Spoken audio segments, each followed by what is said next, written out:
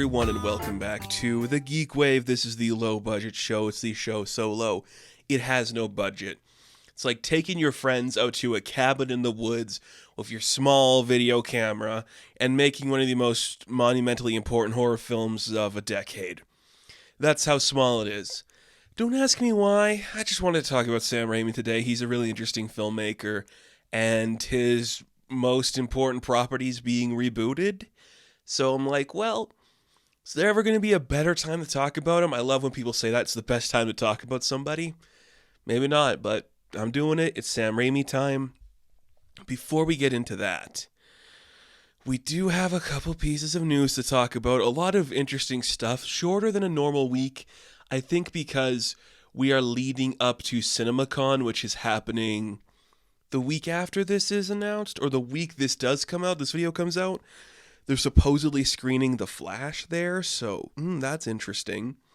But a couple pieces of news, some of it very fascinating. All of it's actually pretty fascinating for a multitude of reasons. First off, fresh off of her Oscar win, Michelle Yeoh will be returning to the world of Star Trek. So it was just announced Academy Award-winning actress Michelle Yeoh will be reprising her role as Philippa Georgiou. I can't remember how you say the character's name, from Discovery, a show I never finished because it just didn't do it for me. In a movie, a straight-to-streaming movie called Star Trek Sector or Section 31. Is it Sector or Section now? I literally had it in my notes, and why can't I figure out what it is called? Section 31. Not much is said about it yet. What we do know is it's just going to be a follow-up to her story in Star Trek Discovery, which is pretty cool. I do like that. I mean, I think that character is popular, and I think people like Michelle enough to be like, yeah, that makes sense. What makes even more sense is not releasing this in theaters. And that does sound kind of bad, but do we have the capability of having a Star Trek movie in cinemas today? Do we think there is an audience for that? Prey might be a prime example of like a property that people love and admire going straight to streaming, where it would potentially do better and be more interesting. I think that's a better idea for Star Trek, because you will get all of the Trekkies wanting to watch it. You have it in one place with all your other Trek content. It's a smart idea. And when you're doing it based off of like Discovery in that universe, it's already a niche enough market where you're not going to perfectly keep things together. So doing it straight for streaming does work a little better. I think it makes a lot of sense. I am for that 100%. I do think she could hold her own in a big blockbuster movie at cinemas, but I don't know if the audience wants that, you know? But Star Trek fans will definitely go to Paramount Plus, where this is going to be releasing, and check this out. Love this idea. I love that this is going to happen. I love that it is happening. Seems like it's going to be very fun. Very cool. I am just looking now at Michelle Yeoh while I do this. She was married to a man named Dixon Poon, which is a very interesting name. Very interesting name indeed. Good for you, dude. And you have a child named Deepoon. That is cool. That has no relation to anything we're talking about. But more Star Trek is always a good thing. I'm here for it. Let's see what that's going to do and what's going to come about that. Now, speaking of stuff that is very exciting, and I know a lot of people are like, yes, it's about time that somebody is finally rebooting this property that maybe ended like 10 years ago. I don't know. Fresh off the heels of Harry Potter doing its reboot, somebody was like, it's time to do the sexy vampires again, because Twilight is getting rebooted as well, which is a great idea, you know? Who doesn't want to see that? Who doesn't want to see that happen? Look, Lionsgate is a very interesting company right now. They have no real properties people are talking about, so I guess they still technically have the license to do Twilight. I guess it would make sense to do that. I just wonder what streaming service or what, studio it would fall under. Like, no way it's going to be like a cable show. And Lionsgate, who do they have a deal with? I'm not sure who Lionsgate has a deal with at this moment, but I don't think it's Netflix, so I'm going to guess. Uh, is it Paramount? No, because where do the John Wick movies go? Amazon, I think. Interesting. I don't really know. But if you want this, and you probably don't, I guess that's exciting. You know, we have Percy Jackson coming out. It'll be the first one of this new era, and then the Harry Potter series, which I'm sure is well underway to be happening in the next couple of years. Twilight will be next. All those properties that people still love and admire, they're coming back.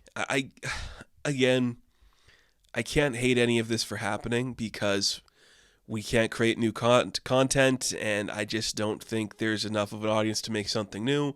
So Teen Wolf worked, Vampire Diaries worked. If Twilight becomes a CW adjacent show, I can't complain about that because that formula works, and I just won't watch it. But I might have to watch it because I do this for a living. But either way, I mean, is it that bad?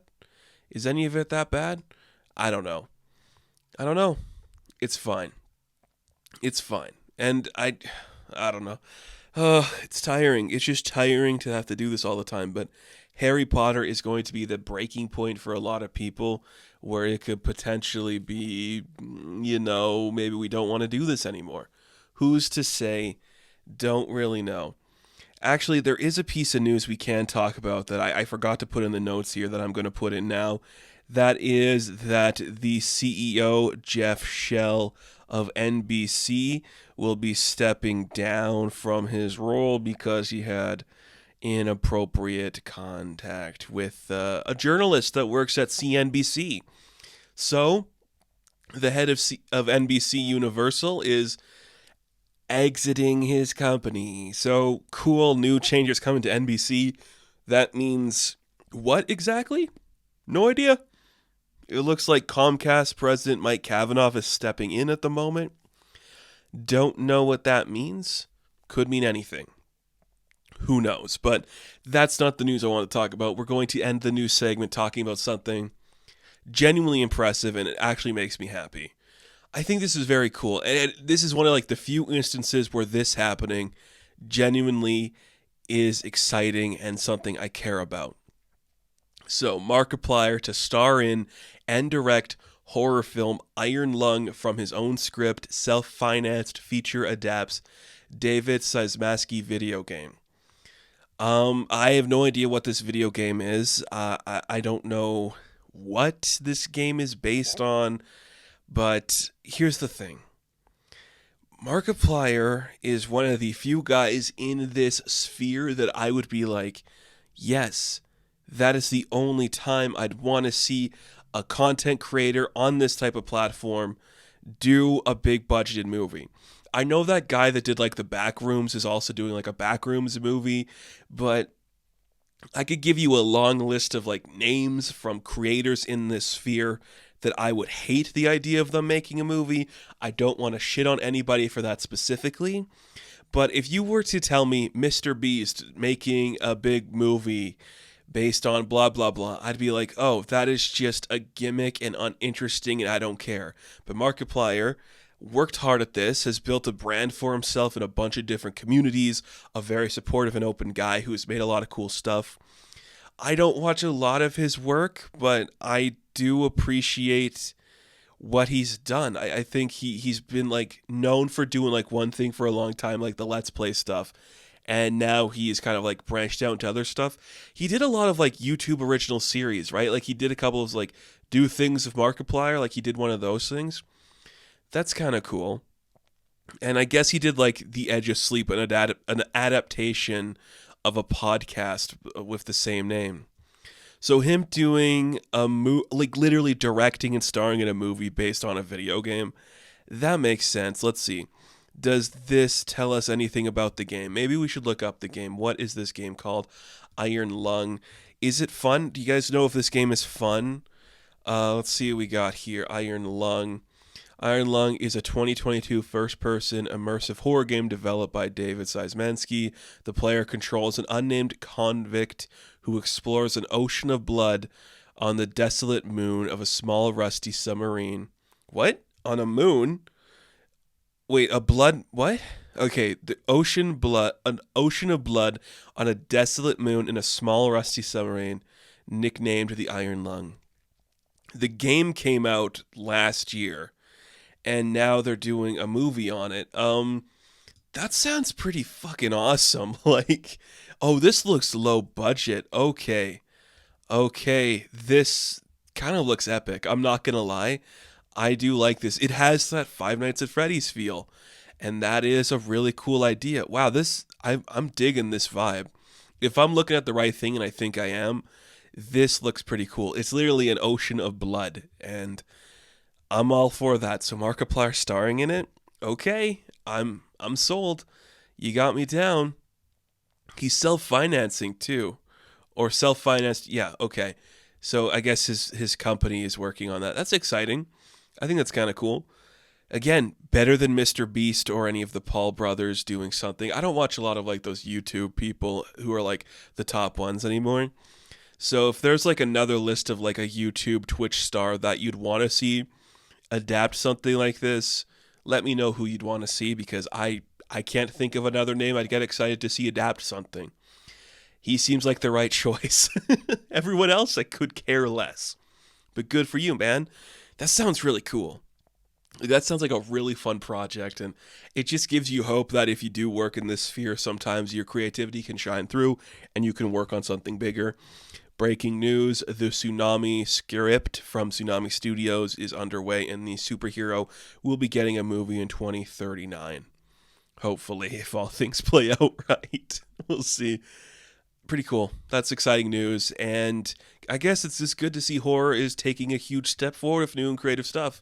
Horror video games could potentially be like the next best thing to do, so I'm here for it. It's going to be really fun. Let's take a quick break. No, let's not twake. Well, let's take a quick break. Oh, I stuttered through that. I'm filming this late. And when we come back, we're going to talk about Sam Raimi, a director that's very fascinating.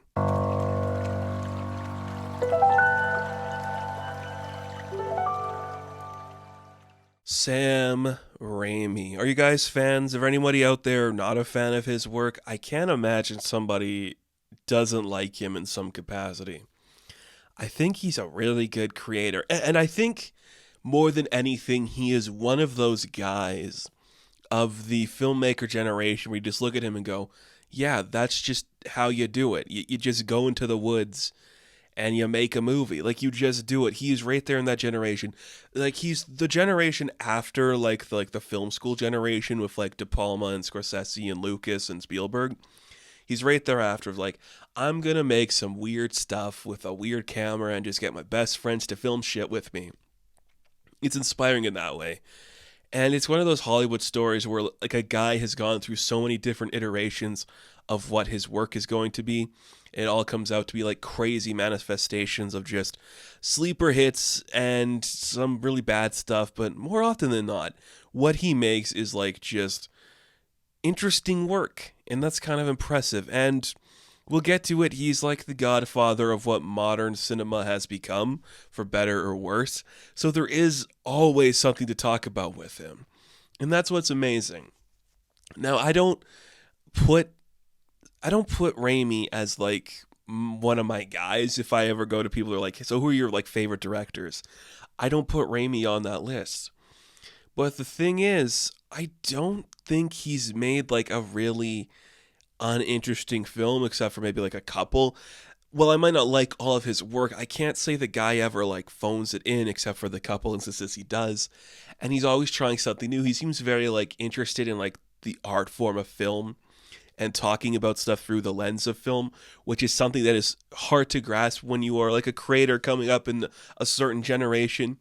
But the guy just knew what he was doing. It's about having fun. It's about taking no shit from anybody, just doing something bizarre and seeing the outcome that comes from it, and having a respect for campy, cheesy, cartoonish intent. And that's what he does. The guy is just a little bit of a fuddy guy. He just does whatever he wants, and sometimes it works, sometimes he doesn't. We've talked about a few directors' careers on this before. We've talked about George Lucas and Christopher Nolan, and I do think he bears more resemblance to somebody like George Miller, who is just like, hey, Mad Max is weird, but I can also make a penguin movie where he's dancing. That's what we're doing here. It's kind of fun, it's kind of crazy, but he is an interesting guy. I don't think Raimi gets the respect or like the recognition he deserves for what he did for modern cinema, because when we get into it, you're going to see that this guy has influenced an entire generation of creators and content and stories, and he's one of those guys now. He is on the same level as like a Spielberg guy for making a little bit more like smaller budgeted, weirder movies that are just kind of silly and different. You got to respect the guy for doing that. Like, he kind of made horror what it is today, and he kind of made superhero movies what they are today. And then in between, he made some interesting choices that are just, why did you do those? Creative stuff. He's also worked on a bunch of like television. He produced a bunch of like Xena and Hercules stuff, which are great and fun. Those concepts are amazing. I loved those ideas. And he's always producing Evil Dead stuff, which is cool to see. And he produced like my favorite movie of the year, 65, where Adam Driver fights dinosaurs. Like, the dude likes horror movies, but like weird movies in the same way, where it's also like John Carpenter, where you see this guy who is clearly inspired by a certain generation of like schlucky B-list movies and just says, what if we run that into the ground in the best way possible? And you get some really interesting, bizarre stuff. I appreciate it for that. So quickly, let's just talk about like some of his work in television. Like I said, Xena was one that he produced a lot of. There was things like Rake, where he was a producer and director. Is that weird one that has? I'm trying to think of which version this is, because there's been a few different ones. Okay, this is the Kinnear one. Yeah, okay, that's fine. But I guess his like most primary thing on television is Ash versus Evil Dead, which we'll get to the Evil Dead stuff in a minute here. That's kind of cool. And he did do the Quibi show 50 States of Fright. Oh, what a show. What a show that was. He's acted a couple times doing some weird stuff, but does not matter. He also does like a couple of like the like cameos that like the famous guys do, like your Hitchcocky and stuff. Just get into it. Let's talk about this guy's career, because you learn a lot about him through a lot of his films and like where he ends up. When you have one of these guys that works through like 4 different decades, you see the evolution of like their filmmaking and where they come up, where they stop. It's very creative and weird. Like when we did George Miller, I'm like, okay, you can see that this guy doesn't want to work in a studio. And then you see that when Raimi is given the chance to work in a studio, weird things happen. He suddenly changes the game and cinema forever, which is kind of insane that he is just not as revered as he should be, which is, it's insane. So there's an amateur film he makes in 77 called It's Murder. I don't think we need to go into it. It's just an amateur film. He just does a little bit of work on it. His big break and his big movie is The Evil Dead in 1981. I don't really know what I have to say about the Evil Dead franchise other than it is one of the most important movies and genres and things to happen. Like the first Evil Dead movie is one of the most inspiring films out there, because it just shows you if you have friends who are interested in doing this kind of stuff with you and you have enough money just to get certain equipment and find a place to film, you can just do it, and sometimes you create gold. Like in the modern generation, I'd say the closest example is like Skinamarink, where it's like you can just rent the equipment, go to your childhood house, and film something in there. The Evil Dead is just that. What if we just took some of our friends, help produce this thing, just play certain roles, hire a couple actresses, and just made a really intense like horror movie about finding a book in like a cabin, and then evil comes through the door. It's like there are so many inventive shots in the movie. There's so many interesting moments in the movie.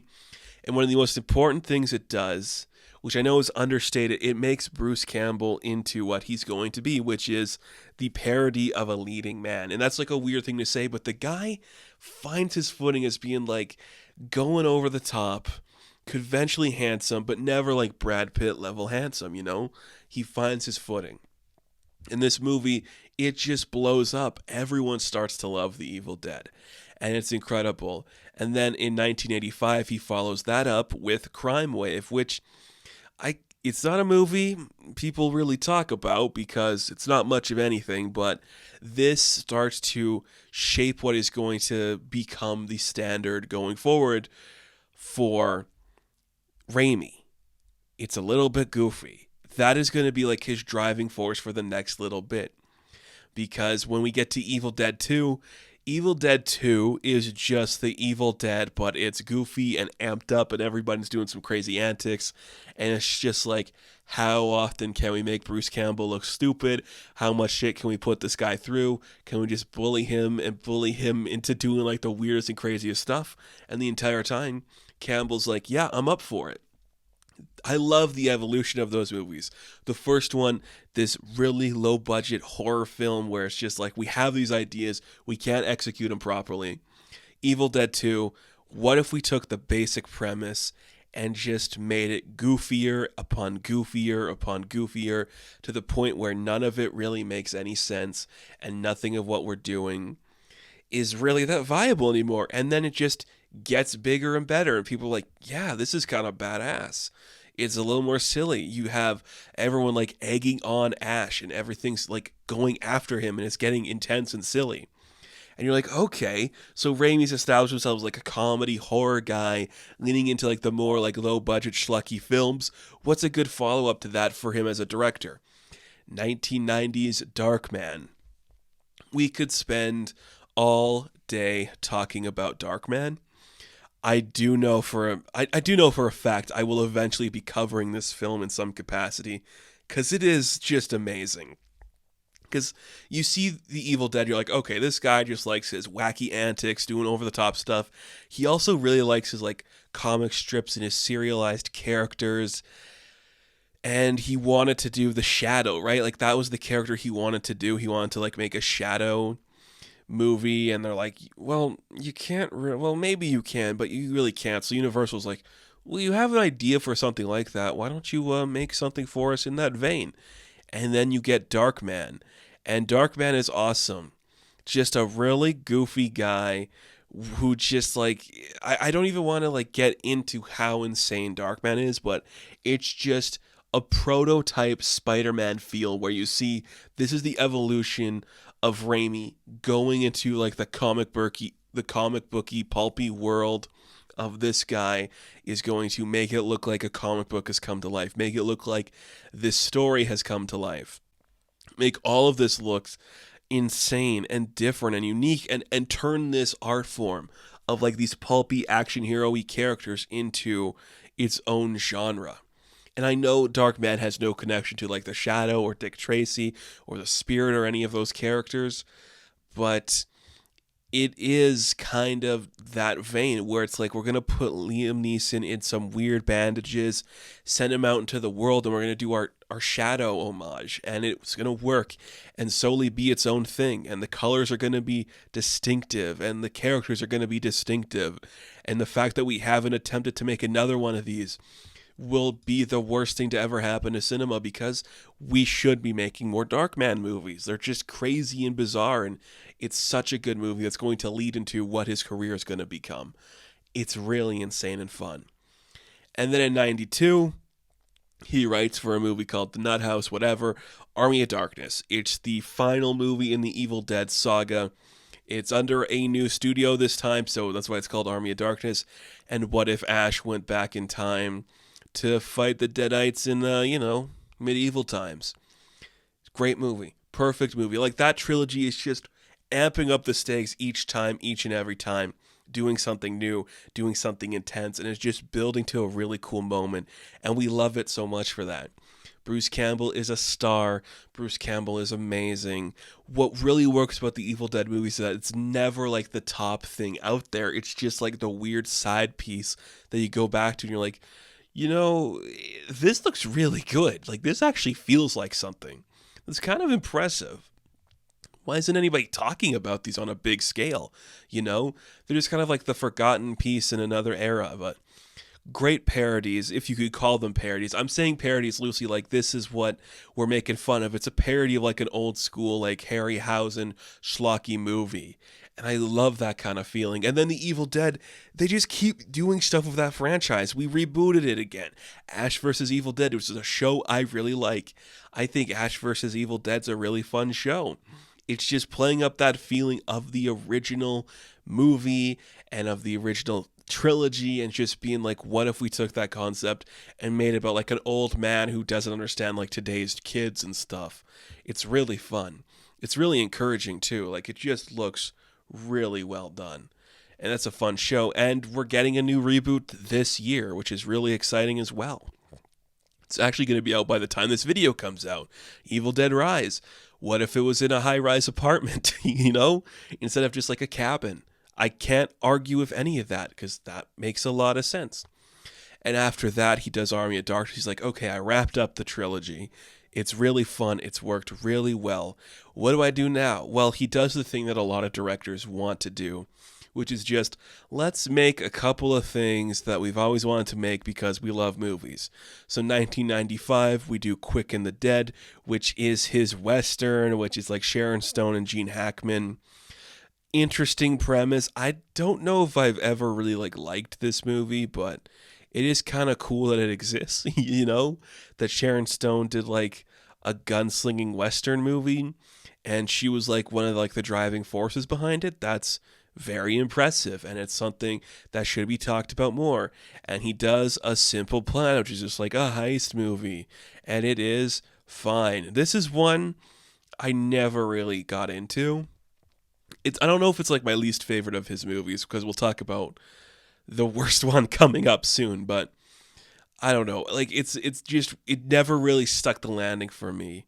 But it's a fine movie. It looks good. It's interesting enough. For the love of the game, it's one of those things where, like, I guess we're doing a baseball movie now.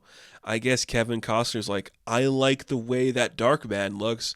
Let me get that guy to make my sports drama. And I guess you have to. Do you remember when we just made sports dramas and people were like, yeah, this is exciting. This is what we should be doing.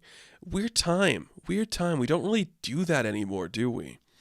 Weird time. We just don't make them.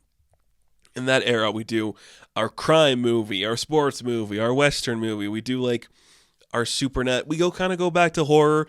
We talk about The Gift, which is just like, this is Billy Bob Thornton's the one, right? Like he wrote some movies back in the day, and he's like, here's one of them. It's like, I can't even remember what this one's about. It's like, you know, psychic abilities, I think. There's like a clairvoyant who does some stuff, and it's the Blanchett movie that you forget about her doing, but it made enough money to be successful. You're like, okay, the guy made an interesting movie. He starts his 2000s off with a pretty small budget horror movie. People like it. People talk about it. What's he going to do next? Where do we take Sam Raimi after he does, you know, his 90s run of just Western, crime movie, sports movie? We start the new year with a horror movie. Well, the year 2002 comes strolling around. And remember, 2002 is a big year. It's post 9/11. That doesn't matter. I do think it is important for the context of this movie, though. And there's a studio called Sony Pictures, and they're like, hey, we want to make a movie based on this property we bought a couple years ago. We don't really know how to do it, though. Everyone's been talking about it for years, but we want to try to make this comic book property into a movie. We don't really know how to do it. Maybe the guy that made Evil Dead and Darkman knows how to make a pulpy comic book character look flashy and vibrant on the big screen, while maintaining what makes that character unique. So, Sam Raimi joins Sony Pictures and creates Spider-Man. And thus history is made, the world of movies changes forever, and it all starts because of this. I know there was like X-Men before it and Blade before it, but this is the movie where the superhero genre becomes its own entity where it starts being its own thing, where it's like, oh shit, we created a genre and there's a formula to these now and they have to be followed in this capacity. We can't break from this thing anymore. This is what it is. And I grew up with these movies. I still admire them and revere them to no end, and I still think they hold up incredibly well, but I just find it so fascinating, looking back on this movie 21 years removed from it, that it looks like this and it feels like this because it feels so 2000s and it has so many interesting camera movements while still maintaining this thing. And this becomes the driving force of what Raimi's career is going to look like going forward. A guy who loves the thing he's working on. You can tell, I think more than anything before this is a guy that loves Spider-Man. This is a guy that thought about, how do you film Spider-Man with practical effects? How do you make the costume look good? How do you tell that story in today's context? How do you make this work? He seems like a guy who has been thinking about that his whole life, and you get the vibe that he loves Spider-Man. And there are people online and people who do this more than I do, who have said every single piece about this movie and Raimi's context to it. And I just think it's important to note that this is where the world changes, and Raimi is responsible for those changes. He gave us the context that everything that's going to come afterwards is built around. He's a guy that's finally given his huge budget to make something different. And he makes a Spider-Man movie that is about Peter Parker, that is about Mary Jane, that is about Harry Osborn and their relationships, and trying something new with that. And he does it again in Spider-Man 2, almost better. It's an argument we could have what the better Spider-Man movie is.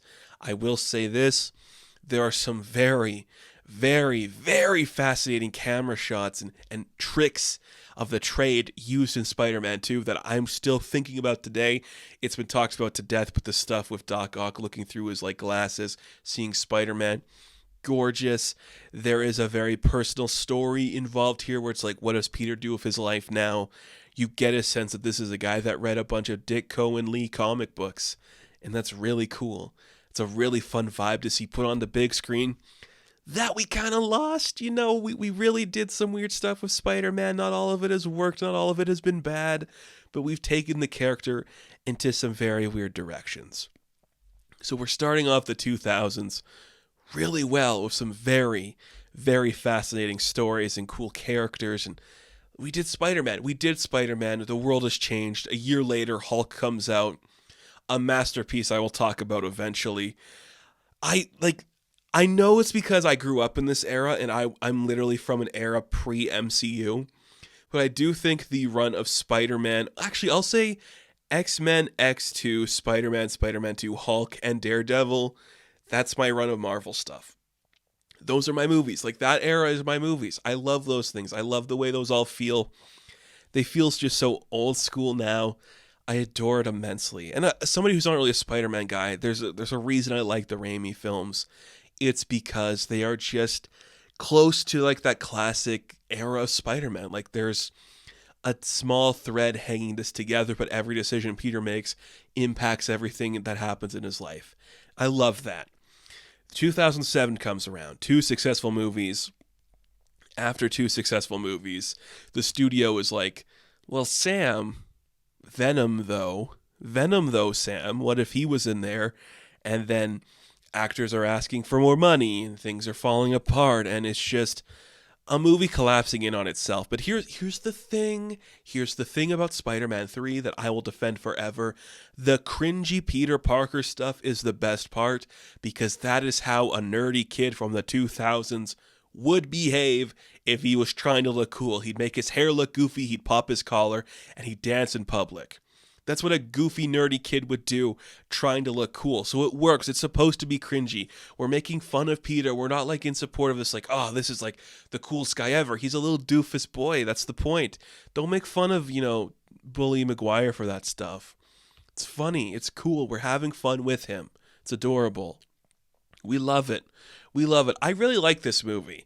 I'm not going to say it's great. The Venom stuff doesn't hold up, but Sandman is still one of my favorite villains put to screen, where you feel every single emotion he is going through, whether it's expressed perfectly or not. I do think that was the story Raimi wanted to touch on the most, where it's like, this is a man who's trying to help his daughter and help his wife, and he accidentally kills a man, and there's guilt in there, where it's a parallel journey between Peter trying to do the right thing and Flint trying to do the right thing, and that's like the story that he wants to tell. And there's so much heart into that moment, and then Venom, though, just shows up and is like, boop-de-boop, here I come now, I'm a weird monster man. It's weird, but like I completely understand every single thing that happens after Spider-Man 3.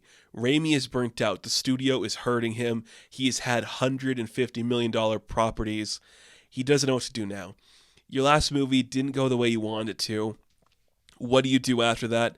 Well, you return to where you're from. You go back to your small budgeted horror movie. You get a smaller budget of like $30 million, which is like the equivalent of like a $10 million budget back in like the 90s and 80s.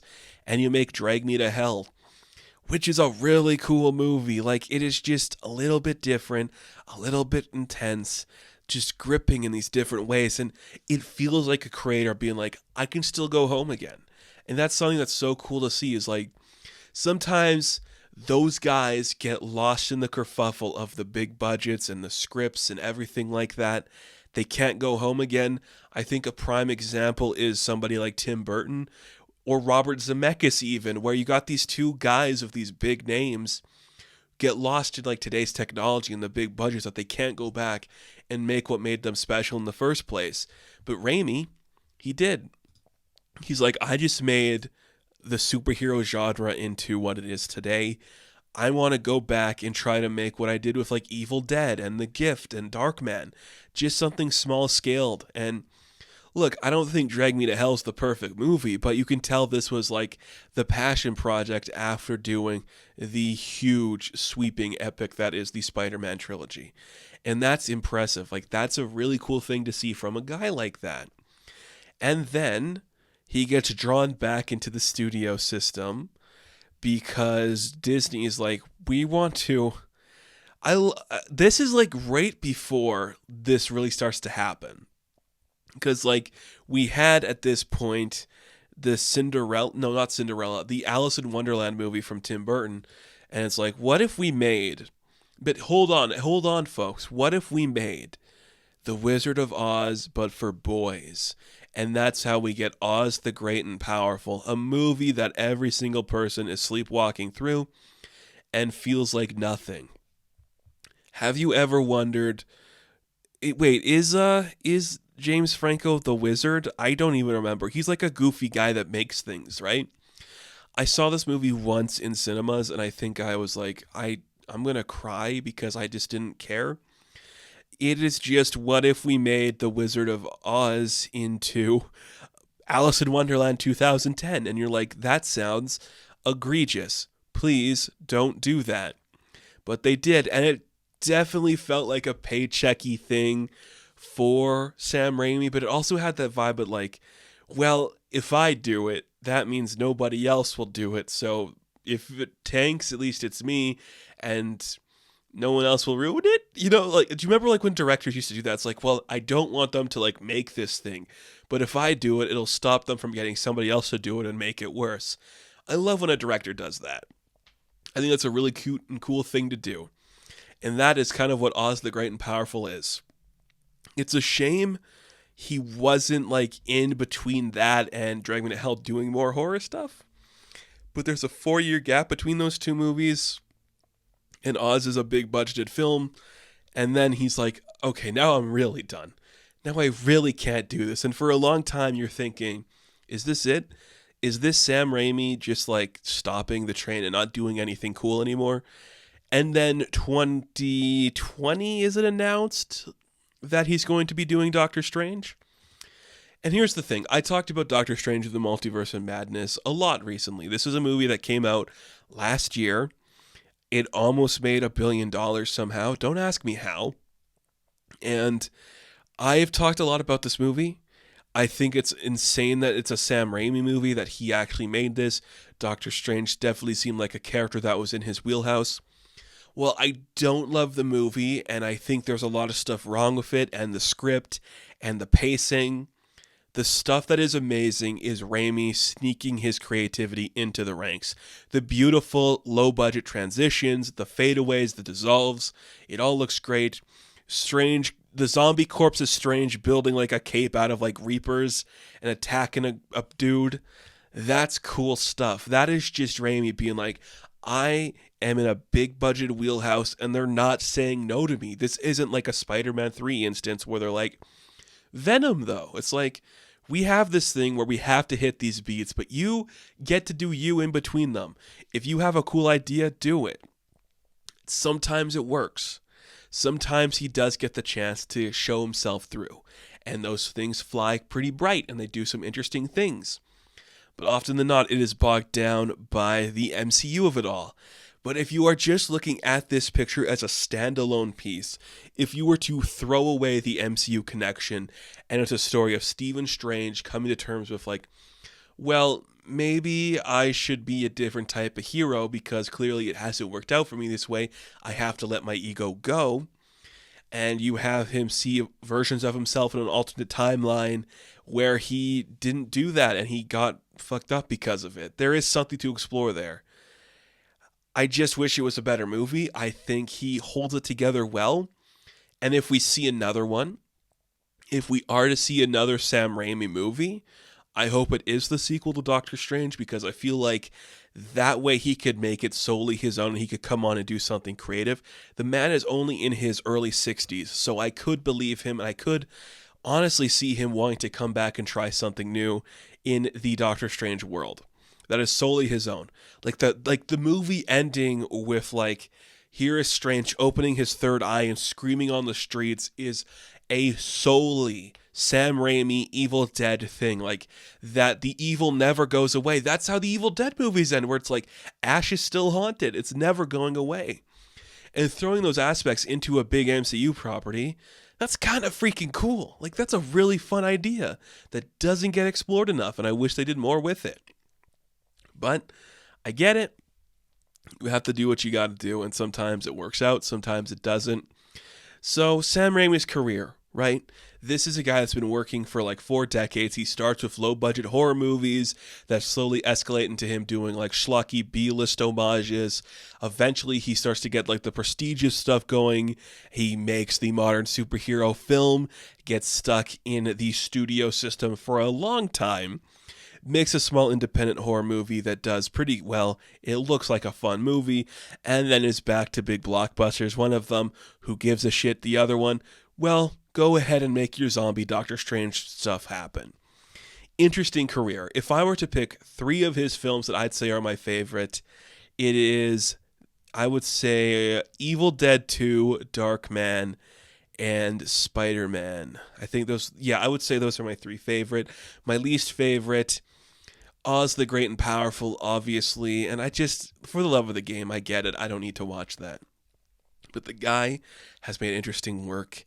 He's always working on something, whether that's going to be something new or not. It's just going to be pretty cool to see what he's up to next, you know? And he is producing this new Evil Dead movie, so that's very exciting. It's nice to see that he still cares about that franchise, because it's still a good franchise. Imagine going to 1981, seeing The Evil Dead, and realizing that's going to take over what low-budget horror is. Like, it's going to redefine a genre. That's insane. And this guy has just made a bunch of interesting movies because of it. He's a cool director, a cool creator, and a lot of fun stuff has come out of his work. You don't get where we are in Hollywood today without him making Spider-Man. If anybody else made that movie, it could have easily fallen apart, but he made it something special, and we appreciate him for that. So that's pretty cool. I like it. Please watch Darkman. It's a really fun movie. Guy's pretty sick. Evil Dead has a show on Vegas. Is it still going on? I don't remember, but I saw it. I saw a show in Vegas with the Evil Dead. Pretty epic. He's cool. He is a cool creator. And with that, let's all go see Evil Dead Rise and get excited for whatever Raimi's going to work on next, because we love him and we support his work.